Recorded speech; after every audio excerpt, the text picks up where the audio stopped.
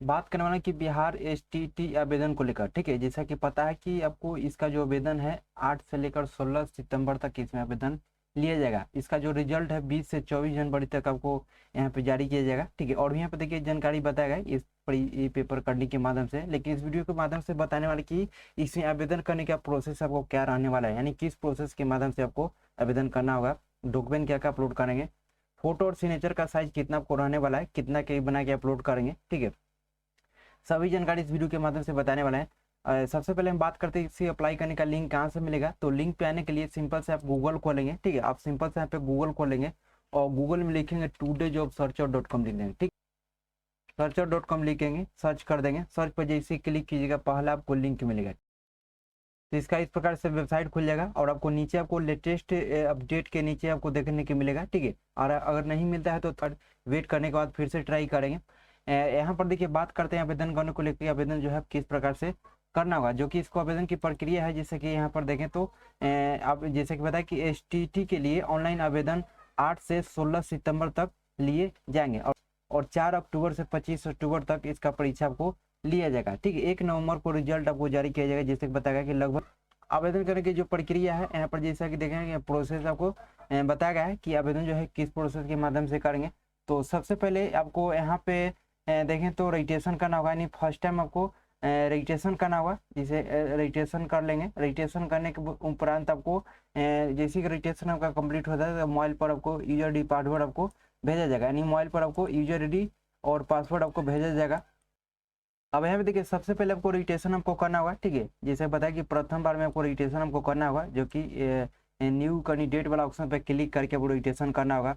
उसके बाद रजिस्ट्रेशन जैसे आप सबमिट हो जाएगा, ठीक है। रजिस्ट्रेशन जैसे सबमिट कर लीजिएगा उसके बाद आपको रजिस्ट्रेशन के पश्चात यानी रजिस्ट्रेशन के बाद आपको पंजीकृत मोबाइल पर आपको एसएमएस आपको भेजा जाएगा। उसके एसएमएस में आपको देखेंगे तो ये पंजीकृत ईमेल पर भी आपको भेजा जाएगा, ठीक है। जो कि आपको यूजर आईडी एवं पासवर्ड आपको भेजा जाएगा और उस यूजर आई पासवर्ड डाल के यहाँ पे क्या करेंगे लॉगिन करके आपको यहाँ पे लॉगिन जैसे कीजिएगा तब आपको पेमेंट आपको मांगा जाएगा, ठीक है। तो आपको लॉगिन करके परीक्षा शुल्क आपको जमा करना होगा। जो भी आपका परीक्षा शुल्क लगने वाला है ऑटोमेटिक यहाँ पे शो करेगा कितना आपको पेमेंट आपको लगने वाला, ठीक है। तो इस प्रकार से यहाँ पे रजिस्ट्रेशन करके यहाँ पे लॉगिन कर लेंगे। लॉगिन करने के बाद आपको पेमेंट आपको करना है, ठीक है। जैसे पेमेंट जो करेंगे तो देखिए debit card, credit card, net banking, UPI के माध्यम से भी यहाँ पे कर सकते हैं, ठीक है। उसके बाद हमें बताया कि इसके अलावा अन्य कोई माध्यम से परीक्षा शुल्क का भुगतान स्वीकार नहीं किया जाएगा। तो आपका जो है ना आवेदन की जो शुल्क है, आपका जो फॉर्म का जो शुल्क है आपको ऑनलाइन के माध्यम से ही जमा करना होगा। आप किसी अन्य तरीका से आवेदन शुल्क जमा नहीं कर सकते हैं, जैसे कि यहाँ पे बताया गया। उसका नीचे आएंगे और यहाँ पे देखिए चौथा नंबर पॉइंट में देखें तो फॉर्म भरने के लिए यहाँ पे बताया गया कि मोबाइल की आप आवेदक के मोबाइल एवं ईमेल पर उपलब्ध कराए गए आवेदक संख्या एवं पासवर्ड के सहयोग से यहाँ पर जैसे कि बताया कि सहयोग से पोर्टल के मुख्य पेज पर आपको फिर से लॉगिन करना होगा, ठीक है। जैसे यूजर आई डी पासवर्ड के माध्यम से लॉगिन कर लेंगे उसके बाद आपको आवेदन पत्र का पेज खुलेगा, समय भरा गया, ठीक है। तो यहाँ पर जो बताया कि जब यहाँ पे लॉगिन कर लेंगे आवेदन फॉर्म भरने को लेकर तो जो रजिस्ट्रेशन करते समय जो जानकारी दिए गए थे वही, तो जो रजिस्ट्रेशन करते समय जो जानकारी दिए होंगे वो जानकारी कुछ आपको शो करेगा जैसे यहाँ पे लॉगिन कर लेंगे। जैसे कि यहीं बताया गया कि आवेदन प्रपत्र में कुछ बॉक्स पूर्व से भरे होंगे जिसे आवेदक द्वारा रजिस्ट्रेशन के समय भरा गया है